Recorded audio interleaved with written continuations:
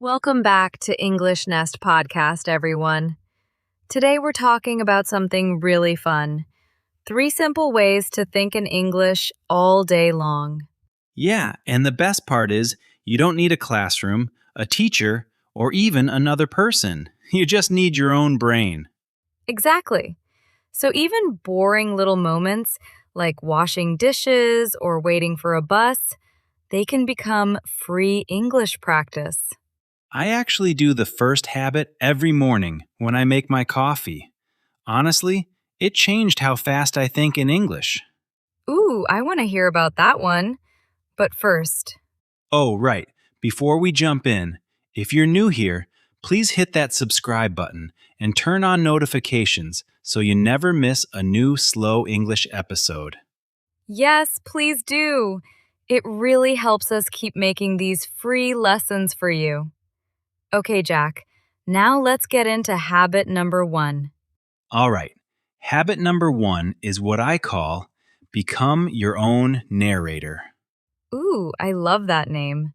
So, what does that actually mean?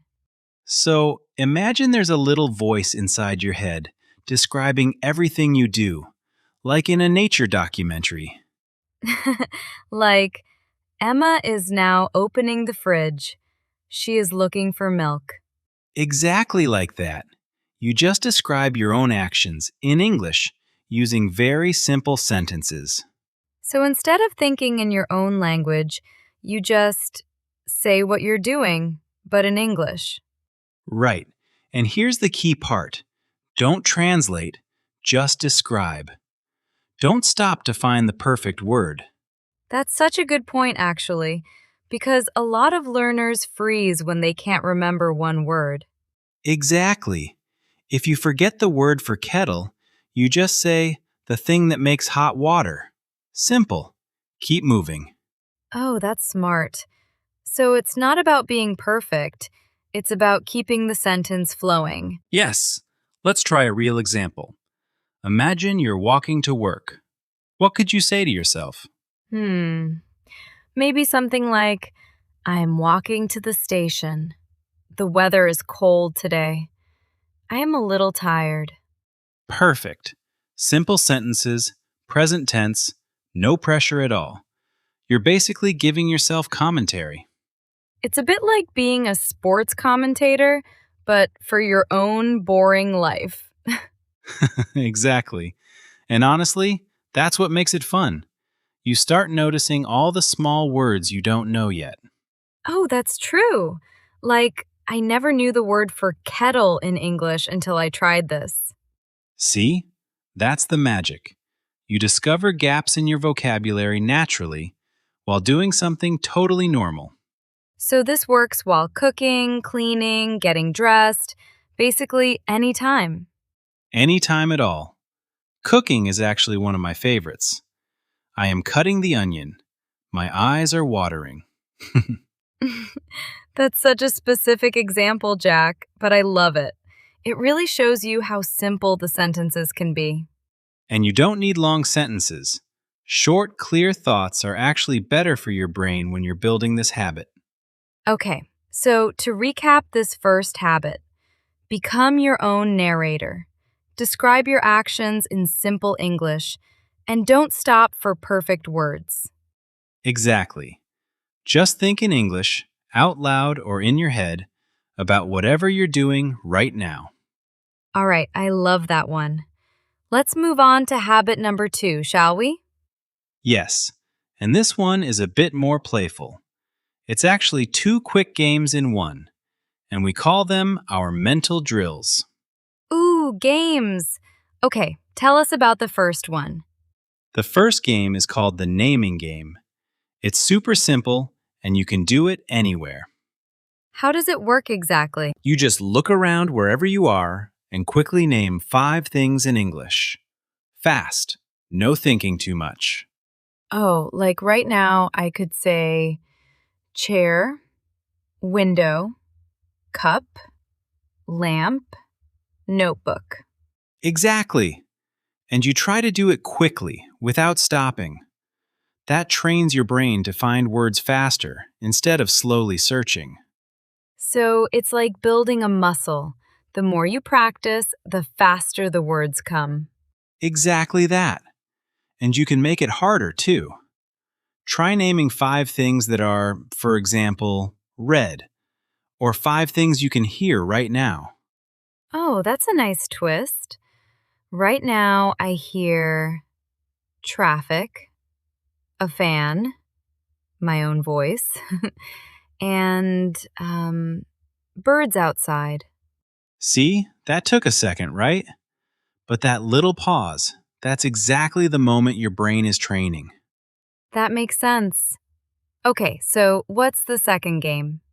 The second one is the category chain. It's a little more advanced, but still really simple. Category chain. Okay, how do we play? You pick a category, like fruits, or jobs, or weather words. Then you try to name as many words as you can in that category, one after another. Oh, like fruits. Apple, banana, orange, grape, mango. Exactly. And when you run out of easy ones, that's actually the best part, because now your brain has to work a little harder. Right. And maybe you remember a word you haven't used in months, like pineapple or kiwi. Exactly. Kiwi always shows up late in my brain for some reason. Same here, honestly. Okay, but why is this useful for real conversations? Great question. In real conversations, you don't have time to translate slowly. You need words to come out quickly and naturally. So these games are like a warm up before the real match. That's a perfect way to say it. And the great thing is, you can play these games anywhere, in a queue, on a train, even in the shower. Speaking of the shower, that's a great moment to keep the words simple too, right? You don't need fancy vocabulary for these games. Exactly. Simple words, said quickly, that's the whole goal. No pressure to sound clever, just to sound quick. Okay, so let's recap habit number 2. We have the naming game, naming 5 things around you fast, and the category chain, listing words in one category. Yes, both are quick mental drills, perfect for a spare minute or two during your day. I really like these. They feel almost like little puzzles. All right, now let's talk about the third habit, shall we? Yes, and this one is my personal favorite because it's the one that really connects to real conversations. We call it the imaginary interview. Ooh, that sounds interesting.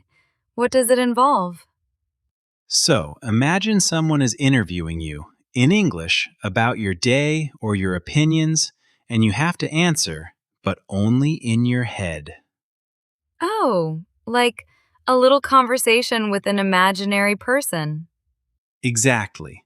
You could imagine questions like, "What did you have for breakfast?" or "What was the best part of your day?" And then you answer, out loud or silently, using full sentences. Right, and here's why it works so well. It forces you to build real sentences, not just single words like in the naming game. So it's the next step up. First, you name words, then you build full thoughts. Exactly. It's like the natural bridge between vocabulary and real speaking. Okay, let's actually try this together. Jack, imagine I'm interviewing you right now. What did you do this morning? Okay. This morning I woke up early, I made a coffee, and then I read the news for a few minutes before work. See, that was such a natural answer. And you didn't even think about grammar rules while saying it. That's the whole point. When you're relaxed and imagining a friendly question, the English comes out much more naturally. This is perfect for commuting, actually. When I'm on the bus, I sometimes imagine someone asking me about my weekend plans. Yes, and you can even imagine a debate. Like, someone disagrees with you, and you have to explain your opinion in English. Oh, that's a fun challenge. Like, imagine someone says, coffee is better than tea, and you have to defend tea. Exactly. And trust me, tea needs a strong defender sometimes. Absolutely. Okay, but seriously, this is such a nice way to practice during quiet moments of the day. That's really the heart of this whole episode, actually. Quiet moments, cooking, showering, commuting, they're not wasted time anymore. They become little English lessons hidden inside your normal life. Exactly. And nobody even knows you're practicing. It's completely private. That's actually really comforting for shy learners because there's no pressure of someone listening or judging you. Right. And that's honestly the best environment to build confidence before you speak with real people. So, by the time you're in a real conversation, your brain already has some practice finding words and building sentences. Exactly. It feels much less scary because you've already been doing something similar, just alone, in your kitchen or your car. Okay, I think it's time for a quick recap before we finish today's episode. Yes, let's go through our 3 habits one more time. Habit number 1 was become your own narrator. You describe your actions in simple present tense sentences, and you don't stop to translate. Habit number 2 was our 2 quick mental drills: the naming game, naming things fast around you, and the category chain, listing words in one topic. And habit number 3 was the imaginary interview, where you answer imaginary questions or even have little debates, all inside your own head. 3 simple habits, and honestly, zero classroom needed for any of them. I love that. So, which one are you going to try first, listeners? Maybe start with the narrator habit tomorrow morning. Yeah, try it while you're making your breakfast or brushing your teeth. Just start narrating in simple English. And remember, it doesn't have to be perfect. The goal is just to keep your brain thinking in English all day long. Exactly. Small moments, added together, they really do make a big difference over time. Well, that brings us to the end of today's episode. Thank you so much for listening with us here at English Nest Podcast. If you enjoyed this episode, please give it a like and subscribe if you haven't already so you get our next slow English lesson. And don't forget to tell us in the comments which habit you're going to try first. We really love reading your messages. Until next time, keep thinking in English, even during the quiet moments of your day. Take care, everyone, and we'll see you in the next episode. Bye for now. Bye, everyone.